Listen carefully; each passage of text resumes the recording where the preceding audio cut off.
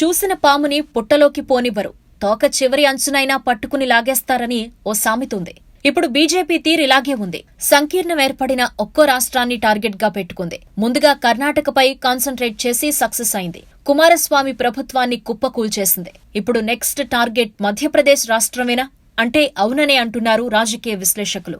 కాంగ్రెస్ బలంగా ఉన్న చోట బీజేపీ పెద్దగా పట్టించుకోవటం లేదు, కానీ చిన్నా చితకా పార్టీలతో కలిసి సంకీర్ణ ప్రభుత్వం ఏర్పాటు చేసిన రాష్ట్రాల్లో మాత్రం కమలం పార్టీ నేతలు రెచ్చిపోతున్నారు. ఎలాగైనా ప్రభుత్వాన్ని కూల్చేసి ఆ కుర్చీని తాము లాక్కోవాలని తహతహలాడిపోతున్నారు. కర్ణాటక తరువాత బీజేపీ నేతలు కన్నేసిన రాష్ట్రం మధ్యప్రదేశ్. ఎందుకంటే కర్ణాటకలాగే మధ్యప్రదేశ్లోనూ కాంగ్రెస్ కు పూర్తి బలం లేదు, కానీ మెజార్టీ స్థానాలొచ్చాయి. దీంతో చిన్న పార్టీలు స్వతంత్ర ఎమ్మెల్యేలను కలుపుకుని ప్రభుత్వాన్ని ఏర్పాటు చేశాయి. దీంతో చీలికలు తీసుకురావడం బీజేపీకి చాలా సులభం. మా అధిష్టానం నుంచి ఒక్క ఆదేశం వస్తే చాలు, మీ ప్రభుత్వం కూలిపోతుంది అంటూ అసెంబ్లీ సాక్షిగా భాజపా నేత గోపాల్ భార్గవ హెచ్చరించారు. దీనిపై కమల్నాథ్ కూడా ఘాటుగానే సమాధానమిచ్చారు.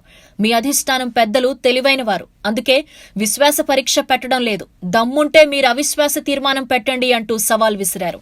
మొత్తానికి మధ్యప్రదేశ్లో విశ్వాస పరీక్షల మాటలు ఇప్పుడే మొదలయ్యాయి.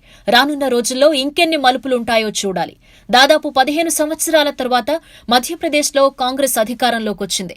యువనేత జ్యోతిరాదిత్య సింధియాను కాదని సీనియర్ లీడర్ కమల్నాథ్ కు పగ్గాలప్పగించారు. దీంతో రాష్ట్ర కాంగ్రెస్ లో అసమ్మతి ఉంది. ఇదే ఇప్పుడు బీజేపీకి అనుకూలంగా మారుతోంది. మధ్యప్రదేశ్లో 230 సీట్లకు గాను కాంగ్రెస్ 114, భాజపా 109 స్థానాల్లో గెలుపొందాయి. మెజార్టీకి అవసరమైన 116 సీట్లకు కాంగ్రెస్ 2 సీట్ల దూరంలో ఆగింది.